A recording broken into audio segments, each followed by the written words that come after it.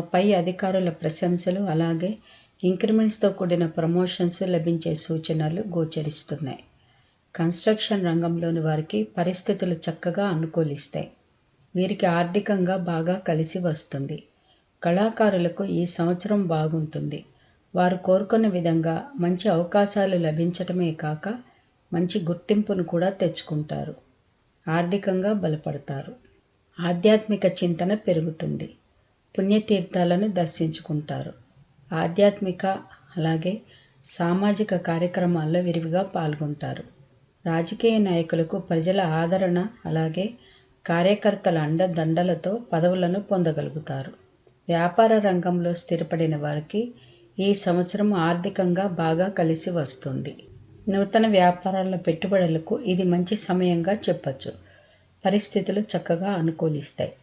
బంధుమిత్రులతో కలిసి విందు వినోదాలు